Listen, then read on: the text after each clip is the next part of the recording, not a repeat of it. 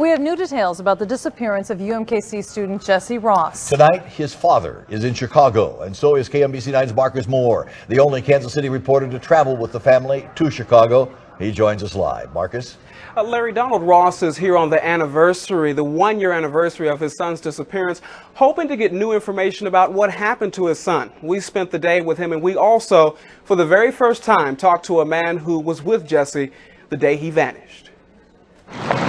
We did. On a damp day in the Windy City, Donald Ross walks the same streets his son did. I guess it gets a little more real now. Before he vanished 1 year ago during a mock United Nations convention at this Chicago hotel. Ross came back today. We're hoping that maybe something new will come out of all this. Perhaps to learn new information about what happened to his son, who seemingly vanished without a trace. These are the last known images of Ross seen leaving the Sheraton Hotel the morning of November 21st. I was in disbelief that morning and just, really kind of stunned a little bit. Derek Moorhead was the faculty advisor on Jesse's trip, and for the very first time is speaking publicly about what happened.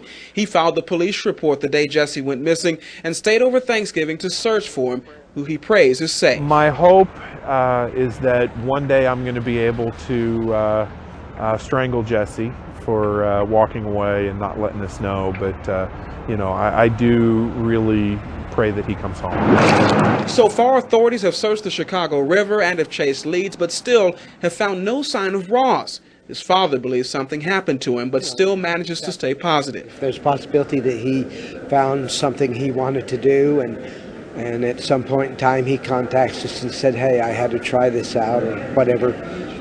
That's okay with us as long as he comes home. Until he knows what happened, Ross continues the journey, no matter where the road takes him. We're going to just keep looking and plan on finding him. And Ross spent the evening meeting with detectives with the Chicago Police Department tonight, who suspended the active search for Ross, but still assured the family that they are looking for Jesse and will keep them updated on any progress they make in the case. We are live in Chicago tonight. Marcus Moore, KMBC 9 News. Marcus, very quickly, Don has done so much since Jesse disappeared. What is his next plan of action? Well, Laura, the next step for them, really what they will do is to try to keep the word out, to try to keep his name out there so people know that Jesse is missing. They are staying adamant. We've seen this with the Kelsey Smith's parents, also with Carl Kopetsky's parents. They are trying to do whatever they can, day in and day out, trying to make sure people remember that their loved one is missing, and that is what the Ross family says they plan to do. Thank you very much, Marcus. Jesse Ross's parents started their desperate search after he disappeared in Chicago 1 year ago tomorrow. Police officially called off their search last month. Family and friends have held events to raise money and awareness to help find Jesse ever since. We'll update you with any new developments in the case.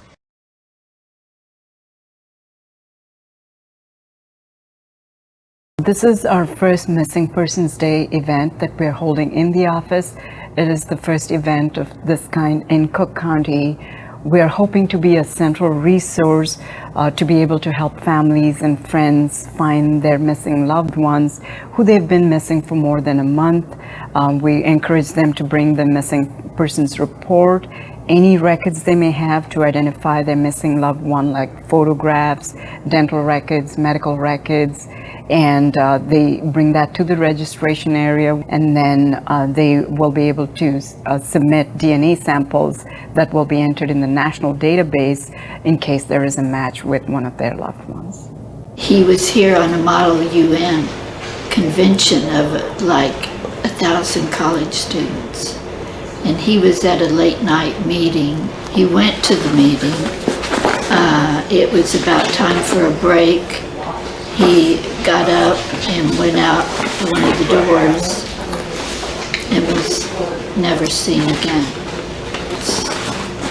That's where we're at 10.5 years later. Our frustration is it's been over 10 years they haven't produced a single real lead, and yet when you talk to them they say, well, the case is active. It's our hope that through events like this and different activities that it will stir up some interest and maybe will produce some clues. Right now we know little more than the fact that Jesse was in a particular room at this hotel He left that room, and at that point, there's no clue whatsoever what happened to him. And it's been that way for over 10 years. So we're prepared to do whatever we think is necessary to try and move forward from that point.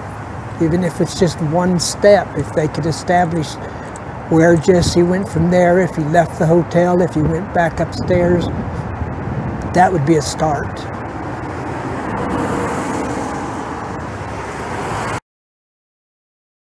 Wish you had.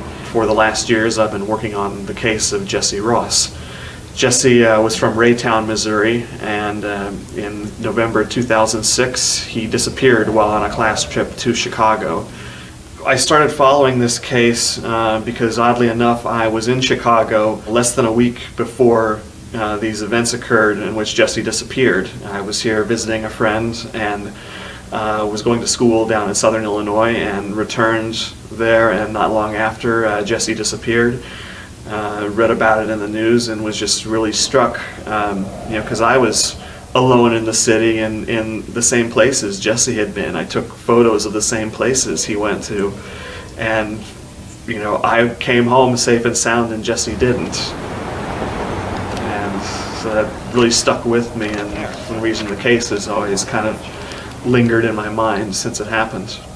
I am logging my shot. Some people who were touched by the case, for whom this is still a very raw memory for them, that there's certainly a degree of hesitancy because it means having to confront the past and having to talk about painful memories in a very public way. It's not a case that you go into with a sense of excitement or joy. It's more out of a sense of, there's a really great need, and hopefully when it's done, it might help inch this case towards some kind of resolution for the family and all the people who knew and cared about Jesse.